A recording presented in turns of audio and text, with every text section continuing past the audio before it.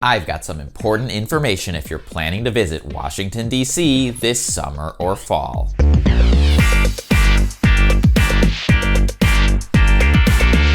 Hello, my name is Rob. I'm a tour guide and the founder of TripHacks DC Tours. On this channel, I share my best tips, tricks, and hacks for exploring Washington, D.C. And over at triphacksdc.com, you'll find info about tours and more. Washington, D.C. is coming back, and we're inching closer to being 100% reopened. But things are still not quite there yet. So I want to make sure you know what's going on right now, especially if you're planning a trip in the second half of 2021. And I'm curious, when are you next planning to visit Washington, D.C.? Do you think you'll be here in 2021 or 2022?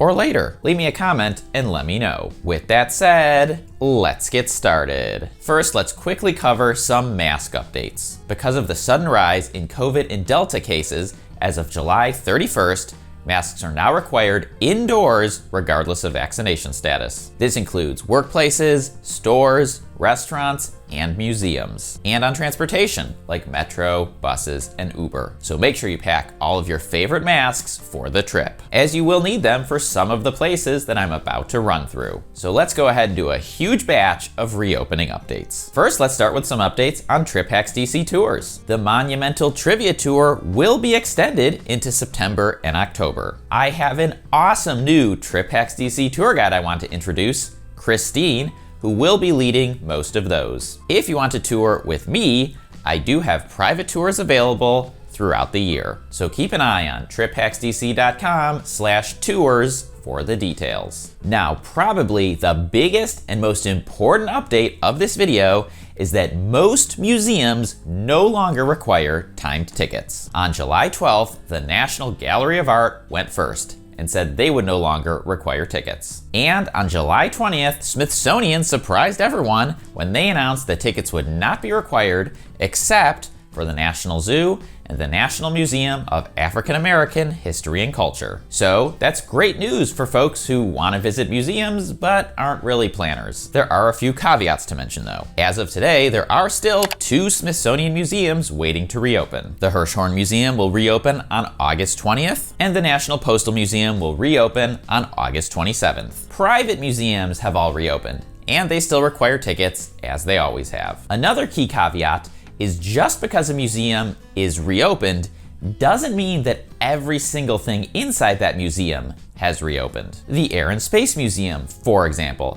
is in the middle of a massive 7-year renovation. So not everything will be on display when you go. Museum cafes and gift stores won't all be reopened. And remember that many museums are still open only 5 days per week, not 7. So it's extremely important to follow all of the official channels, such as si.edu/visit, so you always have the most up-to-date and accurate information. Unfortunately, it's not all good news for the museums. The DC location of Madame Tussauds, the chain of wax museums, is a COVID casualty and has permanently closed. On the monuments front, one big piece of news is that the inside of the Washington Monument has reopened. So you can now get tickets and go up to the top again. Tickets are released at 10 o'clock a.m. for the next day. Last week I posted a YouTube Shorts video with step-by-step instructions for how to get these tickets. So make sure to check that out in the video description if you haven't seen it yet,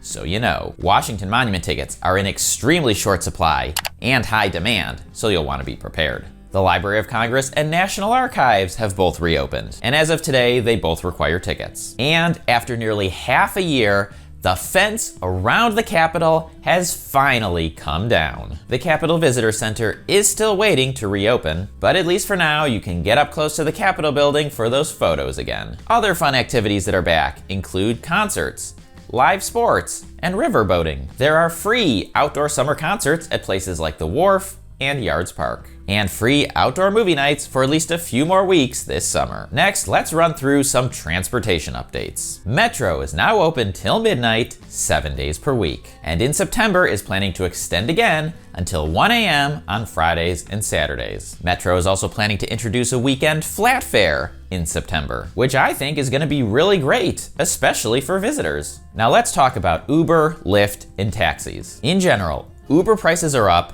all across the world. In some cases, people are finding Uber rides costing twice as much or more than what they used to pay pre-COVID. In the last of these update videos, a lot of you commented that you've had much better luck this summer with Lyft than Uber. Now, I haven't used either of these apps enough to personally confirm, but I will say it's good to have both of them on your phone just in case. And yes, regular red DC taxis are still available. The price for cabs is fixed, so in many cases it's once again cheaper to get a ride in a taxi. The challenge is finding one to flag down. And now for a few final thoughts. It really does feel like we've come a long way from where things were in the spring. Back then, almost everything was still closed, whereas now, most things have reopened, but it also feels like we're entering yet another period of uncertainty. COVID cases are going up again, and the Delta variant looks concerning. I don't know how all of this is going to affect things here, and I really don't have any control over the big DC sites anyway. Tourism in 2021 has truly become feast or famine. There are some destinations that are in extremely high demand, they're overpriced, and they're overcrowded. Washington, D.C. is not one of them. And short of some kind of miracle, I don't really see that changing. So as painful as this is for me, as the owner of a DC tour company, it's actually quite an opportunity for you. And this window of opportunity won't be open forever. And by the way, based on how things are going, I'm sure this won't be the last of these update videos. So make sure you're subscribed to the channel, if you aren't already, so you don't miss any important info in the future. When Smithsonian ditched their timed tickets last month, I posted a YouTube Shorts video the day after. And I know most people actually didn't see it because a vast majority of TripHacks DC viewers aren't subscribed. The good news is, all you need to do is press that button and you can take care of it right now. And hey, if you made it this far, then I highly recommend another TripHacks DC video. So go ahead and click or tap right over here to watch the next one. And if you're coming to DC and interested in signing up for a TripHacks DC guided tour, you can click or tap on the Capitol Dome on the left side of my head. That'll send you right over to triphacksdc.com where you can see all of the tours that we offer. Enjoy your trip.